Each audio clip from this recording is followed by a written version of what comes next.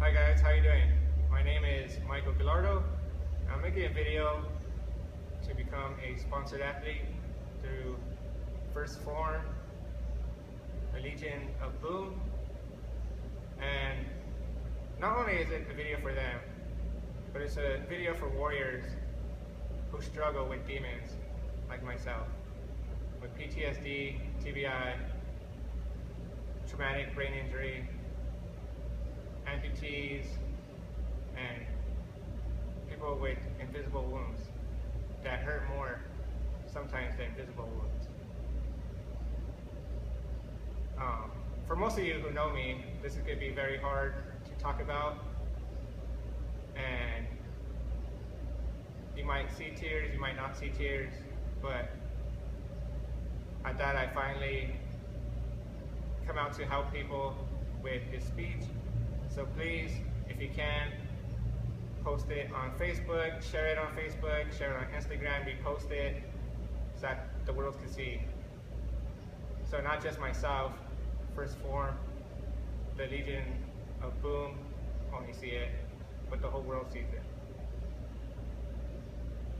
So they want to know why I'm the best athlete, or they should pick me to be sponsored. Well, they also want to know where I was, where I am now, and where I want to be. And it all starts back from when I was a kid. And it has to start with my mom. Of course, she's like one of the best friends that I had. And with that said, she was the most caring, respecting, and it was an honor to know her for most people. She was kind, and the thing that people most respected about her was her huge heart. She would give anything, her time, extra money if she had it, she'd give it away in a heartbeat without even asking questions. And just a couple of examples of how to explain how kind she was. Every Easter we would go out, me and her, in the streets, and she would make Easter baskets. And these baskets were like $50. They had all the best toys back in that time. I don't know about you guys, but I love gladiators and those punching, boxers where you punch and then like their head comes up. That's still like one of my favorite toys. And she would sell these baskets, and she would make them, and she spent like hours and hours on them, and she would sell them for about 20 bucks, even though she paid about 50. And when she would do that, I would ask her why, and then I would just be like amazed by she would be spending more money and selling them for less money. So I asked her one time, like, why are you even doing that? And she looked at me like she was gonna smack the crap out of me. So when she told me, she said, it doesn't matter about the money. It doesn't matter about the time. What matters to me is that I make these people who are less fortunate than us have a better value at something to give their kids. And I looked at her and I told her, less fortunate than us, like, we're already less fortunate.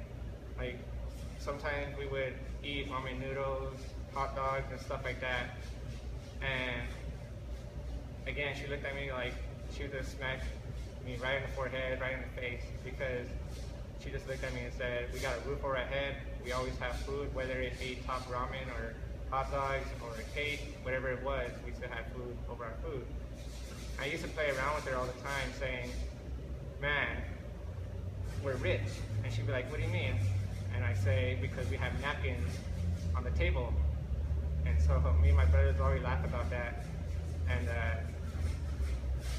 we thought that was like the funniest thing ever. So as time passed on, she found out that she had cancer, and it was inside of her liver, so it was eating her up. So she had an operation of taking it out, and the doctor said that she was cleared, cancer-free, and nothing was ever going to happen again. So after that, about 5 years later, it came back, and they caught it too late.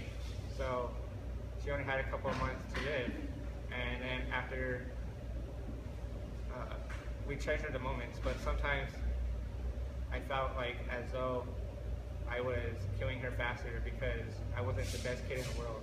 I was always fighting, I was always out playing sports, never caring for her, never being there for her when she needed. And I felt as though I was the reason why she died, even though I know it wasn't.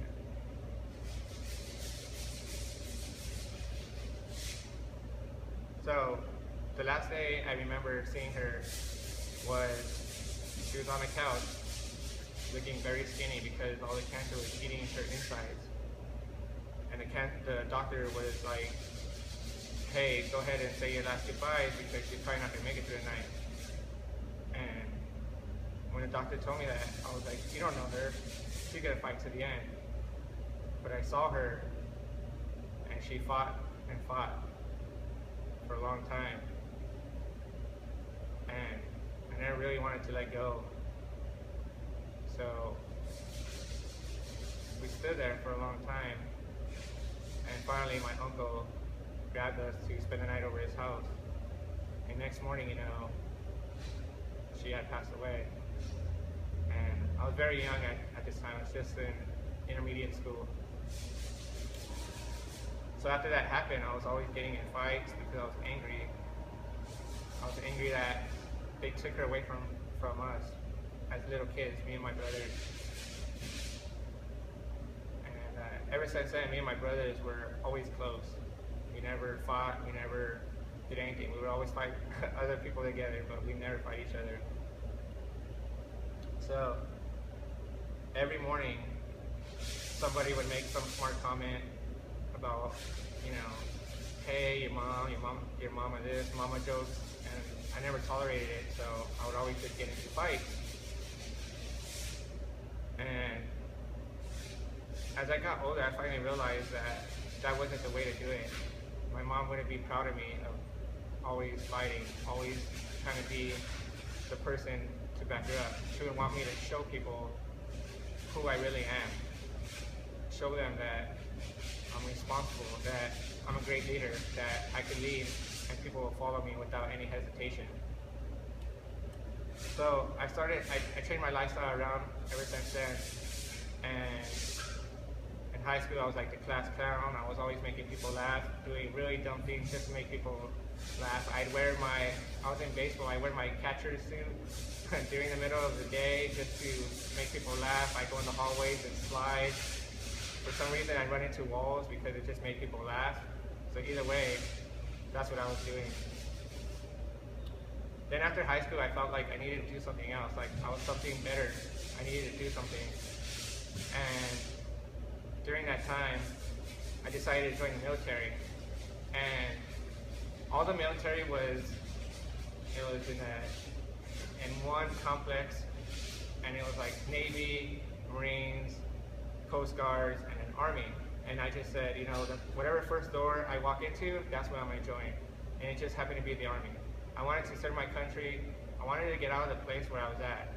It wasn't really a good spot to be living where I wanted to grow up. So as I joined the Army, about a year later, I got deployed to Iraq. During Iraq, we probably got at least like 1 to 2 IEDs blown up every 3 days. So I felt like as though I was losing my mind because every day I was getting blown up. I felt like a piece of my mind was going somewhere else. And when this was happening, I always wasn't concerned about me. I was always concerned about other people. So this never really affected me. And I was always willing to give my life in order to save my brothers and sisters' lives. And that was without hesitation. So there was a couple of times that we would go out and I already knew an IED was going to happen. And sometimes I would lose consciousness. I would be in a daze. I wouldn't know where I was at. But as soon as I saw my brothers who were right and left of me, I finally woke up and, decide that I need to stop being scared of these IEDs and more so be more prepared for them so that their lives are not in my hand. I can always be aware and save them. So there's a couple missions that we did, and some that I'll tell you and some I won't. But when we first arrived there, it was crazy. It was 150 degrees. I'd never been in that heat, and we're wearing all this gear, about 40 to 100 pounds sometimes. And our first day there, we were getting attacked by Apaches, which are attack helicopters that shoot missiles. And we weren't getting attacked. We had a call for fire, and then we also were just getting attacked by RPGs. We're getting attacked by people firing AKs at us, and it was hard, especially like for the first day. You're like, oh man, it's already the first day. We still have like 365 days to go, and that's if we don't even get extended. And we got extended to like 15 months.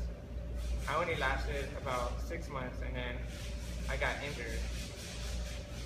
But there are a couple things, like in between when I got injured, there was a mission where we had found insurgents planning IEDs, and we had to take them out.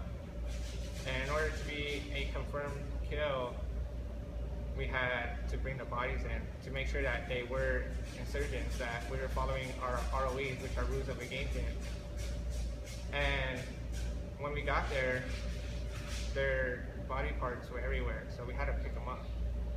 So just like imagine, not only did you have to end somebody's life, but you have to go and look at them and pick up the body parts and put them on, Humvees and tanks and stuff like that, and then bring them back on base. So you have to prove your innocence, that we were in the right to shoot and end somebody's life, so we didn't have to go to jail. So after that, my last mission I'll talk about is when I actually got injured. And what happened is we're crossing over a bridge, and there was a daisy chain IED. And the reason why we're crossing over this bridge was because we had to go check out this complex where it had high value targets and just gather some intel so that we could relay it back to the big battalion move that we're going to be doing. So as we cross over the bridge, an IED blows up. So our first thing was to get off of that bridge, and as soon as we started getting off that bridge, my truck saw a refrigerator-sized IED. So imagine a big refrigerator full of bombs, full of marbles, glass, and then we decide collectively together to run it over with the wheel so that we can save other people's lives and nobody else has to get hurt. And that was without hesitation. We just looked at each other. We all knew, like, hey, we all know what we got into, and we all know what we're going to do. So we ran it over that IED so that we could save our brothers' lives, so that they could live another day, not knowing that what's going to happen to us. So as we ran over that IED, our truck blew up, lifted off the ground, the engine blew out of the hood, my gun, which I was a gunner at the time, the gun flew out. The only thing I realized when I became conscious was that people were firing RPGs at us, they were firing weapons at us, and the only thing I could think about is firing back so that it gives my friends time to come and recover us.